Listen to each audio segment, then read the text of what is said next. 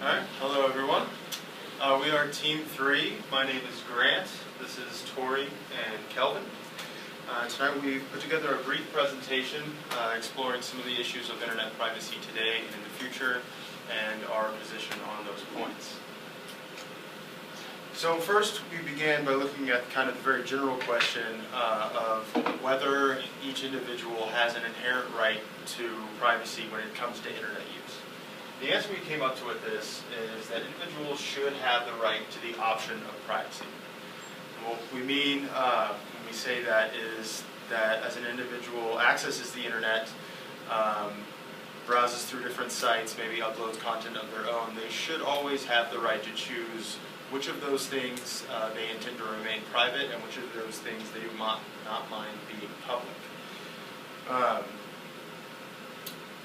The second point, when it came to this general question, related to whether that right to privacy was inalienable or whether it could be overruled by the sovereignty of governments.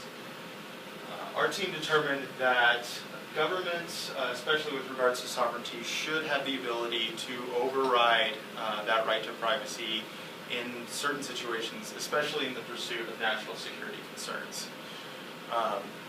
The caveat that we put on this is every government's power to do this should always be coupled with sufficient checks and balances to protect against abuse.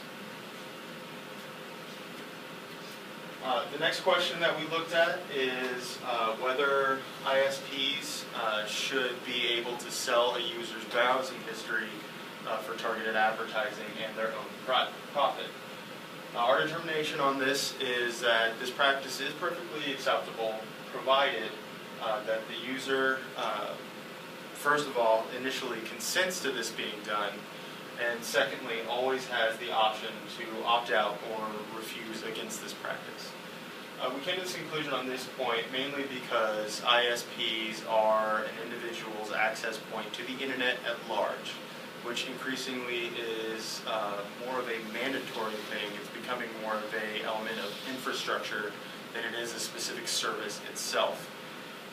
That being in mind, we feel that there's a heavy kind of economic almost obligation for people to engage with some sort of access to the internet, and therefore, if they're going to have to do it, they should have some say in whether what they do on the internet is ultimately for sale or not.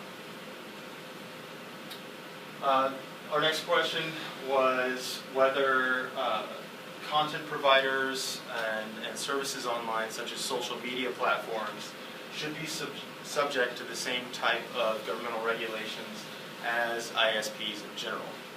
Our conclusion on this point is that content providers and social media platforms should not be subject to the exact same regulations, mostly, again, going back to our original designation that ISPs are a much more general and in some ways almost necessary service for people to engage in, whereas specific content providers and social media platforms are much narrower and they are fundamentally optional still.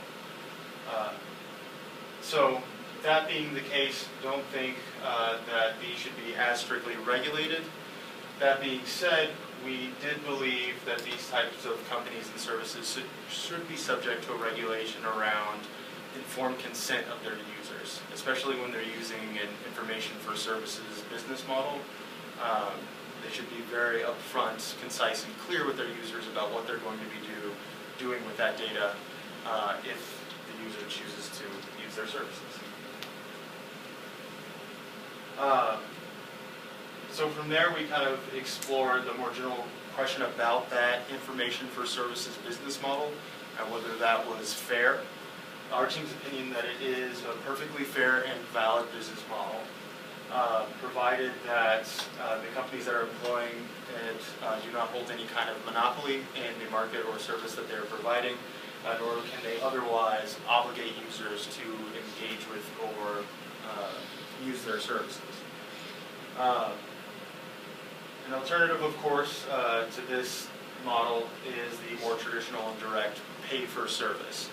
But again, provided they do not occupy that monopoly position, we felt that it is ultimately each company's choice on whether to offer or pursue the older paid-for service model. So in conclusion, our team said that in the most general terms, internet privacy should neither be mandated or be effectively impossible for users. The most important element here is the ready availability of options, both for users and for content providers. Again, for users, we feel that when it comes to internet use, they should always have some degree of choice in whether what they do and what they upload to the internet is intended to be private or not.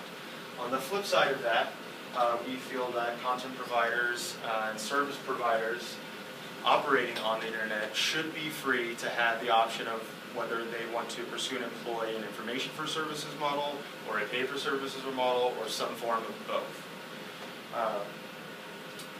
Coming around to a recommendation based on our conclusions, we feel that the best avenue is to establish some degree of reasonable regulation that is directly aimed at preserving this availability of options for both sides of the equation.